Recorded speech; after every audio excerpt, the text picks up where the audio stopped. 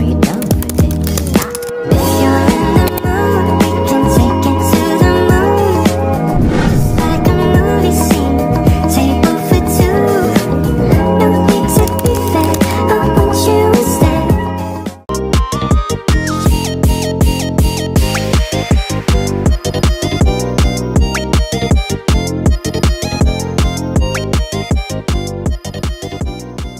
Halo, kami dari kelompok 3 akan menjelaskan tentang teori klasik perdagangan internasional.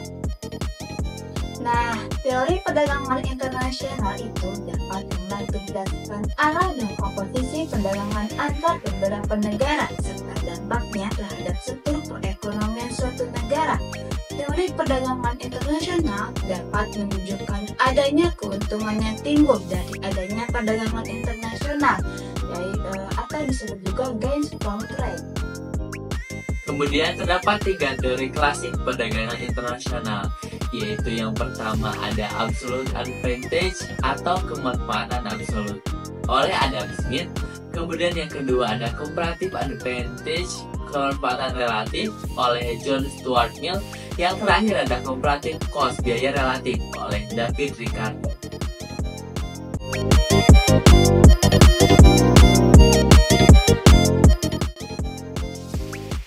Adam Smith merupakan orang yang mengemukakan teori keunggulan mutlak.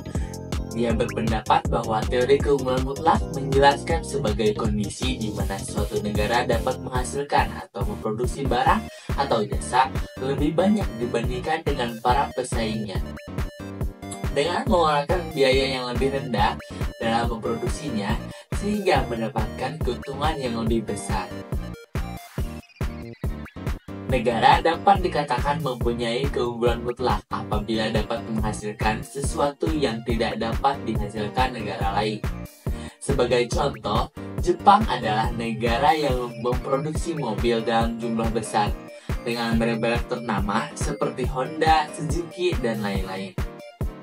Dalam hal ini, Jepang memiliki keunggulan mutlak dalam memproduksi mobil-mobil bermerek tersebut karena di negara lain tidak dapat menghasilkannya. Untuk lebih memahami penerapan keunggulan mutlak yang sebenarnya terjadi di lapangan, simak tabel berikut ini. Ini adalah tabel kemampuan bekerja satu orang untuk satu hari.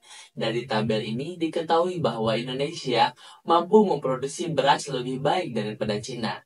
Dapat dikatakan Indonesia memiliki keunggulan absolut pada beras. Akan tetapi, Cina lebih unggul dalam memproduksi barang-barang elektronik sehingga memiliki keunggulan absolut pada barang-barang elektronik. Maka dari itu, Indonesia sebaiknya melakukan spesialisasi pada produksi beras, sementara Cina melakukan spesialisasi pada barang-barang elektronik sehingga ketika kedua negara melakukan perdagangan internasional, keduanya akan sama-sama memperoleh keuntungan.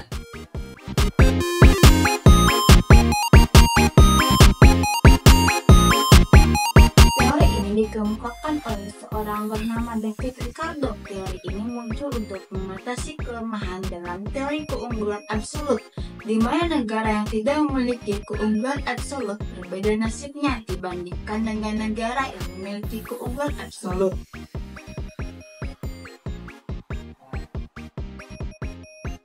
Menurutnya, negara yang tidak memiliki keunggulan absolut tetap dapat berkontribusi dalam perdagangan internasional dengan cara melakukan spesialisasi pada produk-produk yang dihasilkan di negara tersebut. Selain itu, keunggulan komparatif akan muncul ketika negara dapat memproduksi barang atau jasa dengan mengeluarkan biaya tenaga kerja yang lebih murah dibandingkan dengan negara lain. Untuk lebih memahami bagaimana konsep dari teori keunggulan komparatif, simak tabel di bawah ini. Kemampuan bekerja satu orang untuk satu hari. Dari tabel di atas, China unggul pada produksi beras dan barang-barang elektronik. China memiliki keunggulan terbesar pada barang-barang elektronik, sedangkan Indonesia lemah pada kedua produksi. Namun, kelemahan paling kecil ada di produksi beras.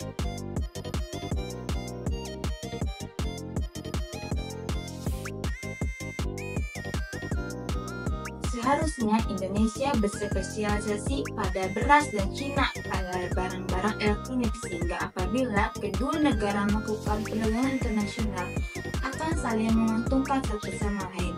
Maka dari itu, walau Indonesia memiliki kelemahan absolut, namun tetap dapat berkontribusi melalui ekspor beras yang lebih baik daripada Cina.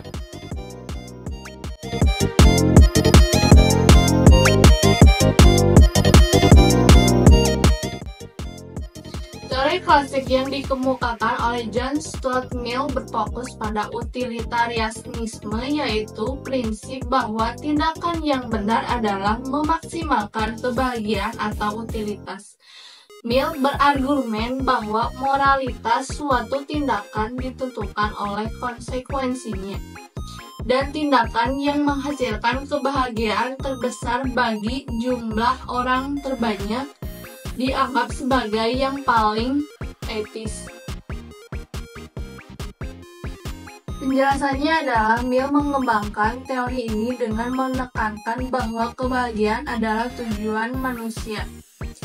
Ia membedakan antara kebahagiaan yang lebih tinggi dan kebahagiaan yang lebih rendah dengan menekankan pentingnya pengerjaan kebahagiaan yang lebih tinggi. Mill juga mempercayakan bahwa tindakan individu harus mempertimbangkan dampaknya terhadap masyarakat. Kebahagiaan individu tidak boleh mengorbankan kesejahteraan orang lain. Adapun dalam buku On Liberty, Mill juga menekankan pentingnya kebebasan individu sebagai salah satu elemen paling penting mencapai kebahagiaan. Contohnya, sebuah pemerintah mempertimbangkan untuk membangun taman umum di area yang padat penduduk. Jika analisis menunjukkan bahwa taman tersebut akan meningkatkan kesejahteraan dan kebahagiaan lebih banyak orang dibandingkan biaya yang dikeluarkan, maka keputusan tersebut dianggap etis menurut prinsip Ultimate Mill. Adapun contoh kasus lainnya, seseorang mungkin dihadapkan pada pilihan antara karir yang sangat menguntungkan tetapi menjengkelkan dan karir yang lebih sederhana tetapi membawa kebahagiaan yang lebih besar. Menurut Mill, orang tersebut sebaiknya memilih karir yang lebih memuaskan secara emosional karena itu kontribusi pada kebahagiaan yang lebih besar secara keseluruhan. Jadi, kesimpulannya adalah dari teori Mill adalah menjadi landasan penting dalam etika modern dan banyak digunakan dalam analisis keputusan di berbagai bidang.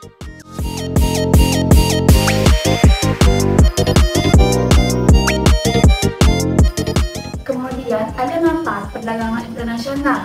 Pertama, membina hubungan yang baik antar negara. Adanya perdagangan internasional akan membantu komunikasi yang baik antara dua negara atau lebih. Relasi yang terjalin akan membuat hubungan negara-negara di dalamnya akan semakin erat. Ketika suatu negara dapat menjalin persahabatan dengan dekat, kerjasama di sektor yang lain memungkinkan untuk terjadi seperti pada sektor politik, budaya, pendidikan, dan lain sebagainya. Maka secara tidak langsung hal itu dapat membantu terpenuhinya kebutuhan di sektor yang lain selain pada perekonomian. Yang kedua, terciptanya spesialisasi. Ketika suatu produk baik itu barang atau jasa masuk ke dalam suatu negara, penduduk dapat mempelajari cara pembuatan atau cara kerjanya. Hal ini dapat mendorong mereka untuk memiliki keahlian yang sama untuk dapat memproduksi barang yang serupa untuk dalam negeri.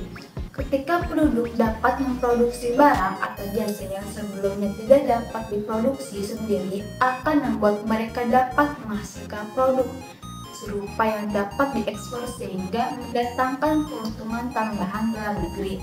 Contohnya, pada kerjasama sektor transportasi pada pembuatan mobil SMK di Indonesia, keahlian yang didapatkan dari bentuk kerjasama ini mendorong masyarakat untuk dapat memproduksi mobil buatan sendiri yang lebih murah dan dapat diekspor ke luar negeri suatu saat dengan kelebihan yang berbeda dibandingkan dengan mobil-mobil buatan Jepang yang lebih terkenal sebelumnya.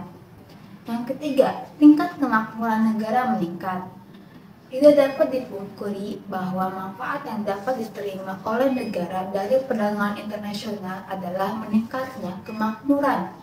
Indikator yang menunjukkan adanya kemakmuran dapat dicermati dari aktivitas ekonomi yang dilakukan oleh produsen, konsumen, dan pemerintah yang sama-sama mendapatkan keuntungan.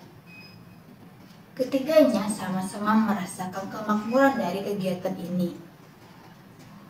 Misalkan saja, produsen mendapatkan keuntungan ketika barang atau jasanya dipasarkan ke luar negeri. Konsumen juga untung karena mendapatkan barang atau jasa dengan mudah. Sementara pemerintah akan mendapatkan keuntungan lewat devisa negara yang semakin meningkat.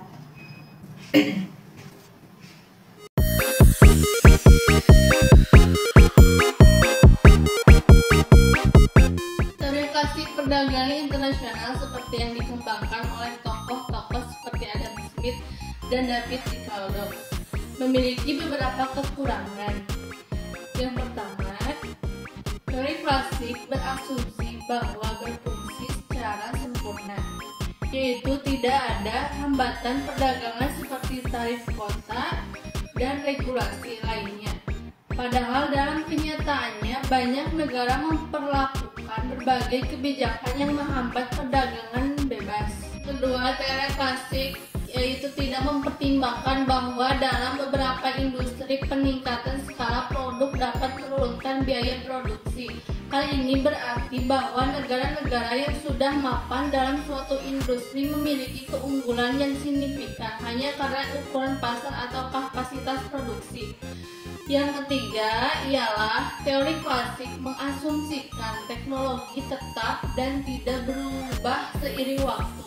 Dalam kenyataannya, inovasi teknologi seiring mengubah pola perdagangan internasional dan negara yang tidak memperhitungkan perkembangan teknologi mungkin tertinggal. Dan yang keempat, teori klasik tidak membahas distribusi keuntungan dari perdagangan internasional secara merata. Negara-negara maju cenderung mendapat manfaat lebih besar daripada negara berkembang yang bisa menambah ketimbangan ekonomi global. Dan yang kelima ialah faktor politik, sosial, dan budaya seringkali memiliki pengaruh besar dalam keputusan perdagangan.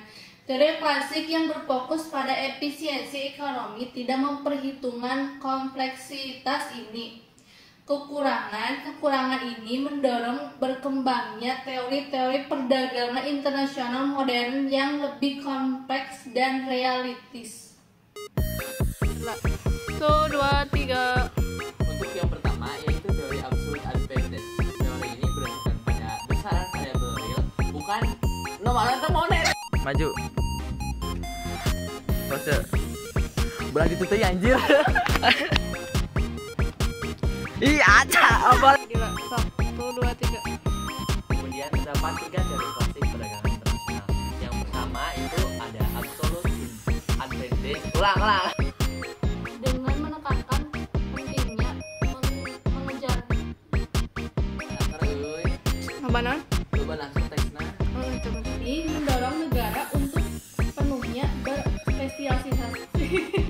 1, 2, 3. Besar dalam keputusan perdagangan. Teori klasik yang berfokus pada efisiensi ekonomi tidak memperhitungkan kompetitif.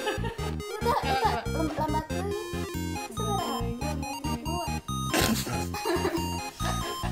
Kurang musuh tapi ayam. Karena 8 lebih kecil